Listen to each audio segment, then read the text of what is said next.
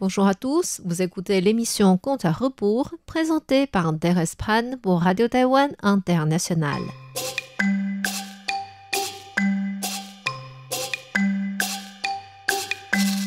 La semaine dernière, nous avons vu que la servante de Tu Laixun, s'appelant Shuang Hong, s'était enfuie indiscrètement avec son petit ami Huan Cheng. En face de la colère de Tu Laixun, Huan Cheng voulait lui payer pour racheter sa servante, mais il essuya un refus du maître. Lorsque le gendarme qui surveillait Huan Cheng et Shuang Hong apprit que Shuang Hong avait reçu de la part de son maître le coffret appartenait à un criminel, il proposa un plan de chantage à Huan Cheng afin d'obtenir une bonne fortune. Tu Laixun voulait que sa servante revienne travailler pour lui et demanda au gendarme de vite transmettre son dossier au juge. Or, il attendait plusieurs jours sans avoir de nouvelles et le gendarme responsable lui donnait à chaque fois une réponse ambiguë en disant que son affaire serait traitée le lendemain. Plusieurs lendemains passèrent ainsi.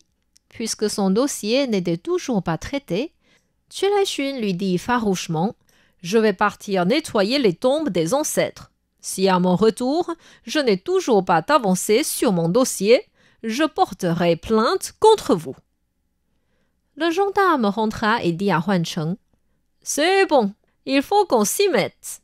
Est-ce que M. Tu Laixun a des amis de bonnes relations ?»« Je ne sais pas, je vais demander à Shuang Hong. » Ignorant le fait que son petit ami voulait faire un chantage à son maître, Shuang Hong répondit « Il avait beaucoup d'amis quand il habitait à Huzhou, mais ici, j'ai l'impression qu'il a seulement des échanges avec un monsieur Ma qui loge dans la librairie. » Huan Cheng transmit ce message au gendarme et celui-ci dit « C'est parfait, cet homme suffit. » Le gendarme demanda à un notaire d'écrire une plainte contre Tu Laixun et alla à la librairie voir le monsieur Ma en question. Celui-ci était Ma Chunshang que nous avons mentionné, un homme chargé de l'édition des essais pour les examens officiels et en raison de lui, Tu Laixun avait changé d'attitude et décidé d'étudier pour passer les examens officiels. Ma Chunshang était étonné de voir un gendarme venir chez lui rendre visite et l'accueillit avec suspicion. Le gendarme lui demanda « Monsieur, connaissez-vous un homme s'appelant Tu Gongsun ?»« C'est un très bon ami à moi. Pourquoi posez-vous cette question ?» Le gendarme regarda alentour et dit « Il y a quelqu'un ici qui peut entendre notre discussion ?» Ma Chunshang hocha la tête. Le gendarme rapprocha sa chaise et montra la plainte à Ma Chunshang. Ce qui était mentionné sur cette feuille était une dénonciation de Tu Laixun ayant des liens avec un criminel recherché dont il a même gardé un butin chez lui. Le gendarme dit « Nous avons reçu cette dénonciation de la part d'un jeune homme s'appelant Huan Cheng. Il semble qu'il a un problème avec M. Tu Laixun récemment. Nous ne voulons pas qu'un malheur tombe sur la famille Chu, sachant que le grand-père de Tu Laixun était quand même un gouverneur local. C'est pourquoi nous préférons trouver un autre moyen pour traiter cette affaire. » Après avoir lu la plainte en entier, Ma Chunshang devint tout blanc par ce choc. Il dit « Il ne faut surtout pas que cette feuille soit transmise au juge. Puisque vous avez l'intention de le sauver, je vous prie de ne pas vous occuper de ce dossier tout de suite. Nous attendons qu'il revienne du nettoyage des tombes et verrons avec lui ce qu'il faut faire. » « Ah, je sais qu'il est absent, c'est pourquoi je suis venu vous voir. Huan Cheng voulait le faire passer aujourd'hui même. Cette affaire est tellement grave que nous n'osons pas la cacher. » Stressé, Ma Chunshang demanda « Alors, que pouvons-nous faire maintenant ?»« Monsieur, vous êtes un homme qui connaissait bien les grands principes et la pensée des Confucieuses. Comment êtes-vous si indécis ? Nos ancêtres disaient bien « L'argent pourrait faire que les fantômes poussent le moulin. Il suffit de dépenser un peu d'argent pour racheter ce coffret. N'est-ce pas qu'il n'y aura plus rien à craindre? Ma Chunshang se tapa la cuisse et dit « Quelle bonne idée !» Il ferma donc sa chambre à clé et invita le gendarme à manger pour discuter de cette chose plus en détail. Au restaurant, le gendarme se servit sans gêne dans les plats copieux et dit en tenant un verre d'alcool. Huan Chen a cette preuve en fer en main. Si on ne lui donne pas une somme satisfaisante, il n'acceptera pas de relâcher ce butin. À mon avis, il faut au moins 8 ou même 10 kilos d'argent pour racheter le coffret. En plus, il faut que je lui analyse les désavantages de la dénonciation. Je pense que personne ne supportera de passer toutes les procédures juridiques. Si vous êtes d'accord, cette chose s'arrêtera là tout de suite. Ma Chunshang hocha la tête et dit « 8 ou 10 kilos d'argent, ce n'est pas possible. Personnellement, je n'ai pas une telle somme. Même si M. Chulaishun est à la maison, il ne pourra pas sortir cette somme non plus. Son grand-père était un gouverneur intègre.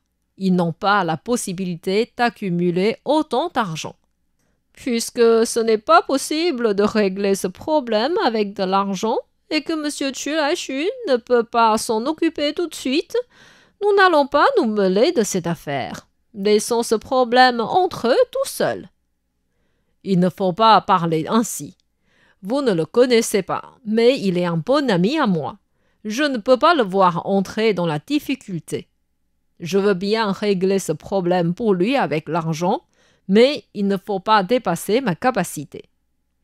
Dans ce cas-là, je ne sais pas si ce problème sera réglé. Monsieur le gendarme, pour ne rien vous cacher, je ne suis qu'un éditeur et mon salaire est vraiment modeste. Pourriez-vous dire à M. Huan Chen que je lui donne 800 grammes d'argent pour le coffret? De toute façon, il n'avait rien payé pour obtenir le coffret. Je vous parlais de 8 kilos et vous me parlez de 800 grammes? Vous, les lettrés, vivez vraiment dans les nuages. Tant pis, je n'aurais pas dû mettre la main à la pâte. Le gendarme se leva avec émotion et voulait partir. Ma Chunshang tira son habit et le retint en disant « Rasseyez-vous, s'il vous plaît. Croyez-vous que je ne sois pas honnête? Chulaishun n'est pas à la maison. Ce n'est pas parce que je lui ai divulgué la nouvelle et l'ai cachée pour négocier le prix avec vous. Vous êtes originaire d'ici et je suis seulement de passage. Vous devez savoir mieux que moi combien Chulaishun est généreux envers les autres. Aujourd'hui, je règle ce problème pour lui et je ne crains pas du tout qu'il ne me rembourse pas. Pour moi, c'est très simple. Je l'aide avec de l'argent, vous l'aidez avec vos efforts. Cette bonne action vous apportera du bon ultérieur. Si cette affaire s'aggrave à cause de nos manques, nous regretterons toute notre vie. Monsieur Ma, ce n'est pas à vous de payer, c'est lui. Franchement, la somme que vous proposez est insuffisante. Si ce n'est pas 10 kilos, il en faut 8 kilos. Il ne faut pas compliquer la chose. Paniqué, Ma Chunshang dit « Monsieur le gendarme, je n'ai reçu que 4 kilos d'argent comme salaire pour passer ces quelques mois à la librairie de votre ville. J'ai déjà dépensé un peu pour le trajet et j'en ai encore besoin pour le trajet de retour. En réduisant les frais de transport, je n'ai que 3,5 kilos. Même pas 1 centime de plus. Vous pouvez rentrer avec moi et fouiller dans mes affaires. Si vous trouvez une pièce en plus, je ne fais plus jamais ce travail d'édition. Si après tous nos efforts, Huan Chen ne voulait pas accepter, nous ne pouvons que reconnaître que c'est le destin de Chulaishun. » Ma Chunshang ignorait que tout ce plan de chantage était l'idée de ce gendarme. Même si la somme était loin d'être ce qu'il voulait, cela dépassait déjà largement son salaire. Le gendarme dit donc « Monsieur Ma, je suis vraiment touché par votre fidélité aux amis. Nous, les gendarmes, avons aussi un cœur de chair. J'ai une autre idée. Vous pouvez me dire si vous trouvez cela convenable. Au fond, ce que Huan Chen souhaite, c'est d'avoir Shuang Hong comme épouse. Mais Monsieur Chu Laixun refuse catégoriquement qu'il la rachète. Pourquoi pas écrire une preuve comme quoi le prix de rachat de la servante Shuang Hong est 5 kilos. En plus de vos 3,5 kilos, cela fait plus de 8 kilos d'argent. Même si les 5 kilos sont virtuels, cela devrait suffire pour boucher. Si vous arrivez à le persuader, écrire cette feuille n'a aucune difficulté pour moi. Le gendarme rentra ainsi et donna à Huan Chen la preuve, ainsi qu'1 kilo d'argent. Huan Chen trouva cette somme trop peu importante par rapport à ce que le gendarme lui avait dit, et celui-ci le critiqua. « C'est vous qui avez séduit la servante d'une bonne famille en premier.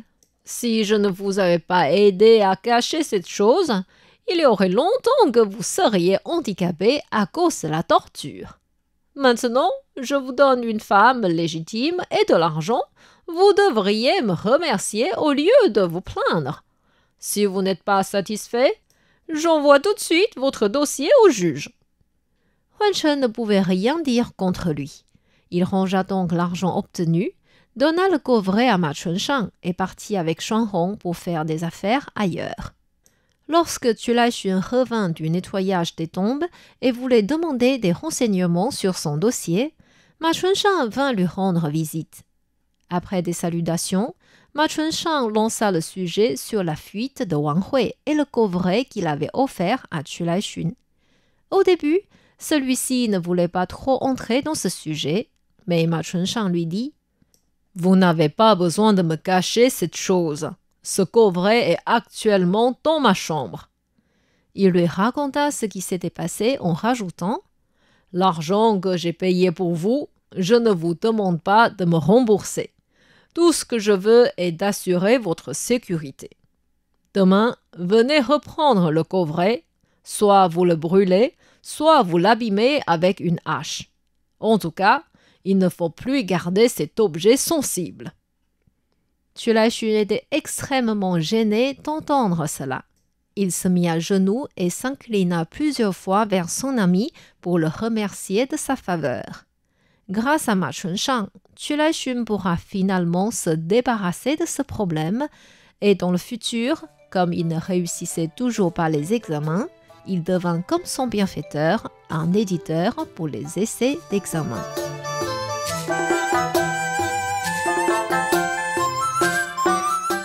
C'était Conte à rebours présenté par Thérèse Pan sur les ondes de RTI.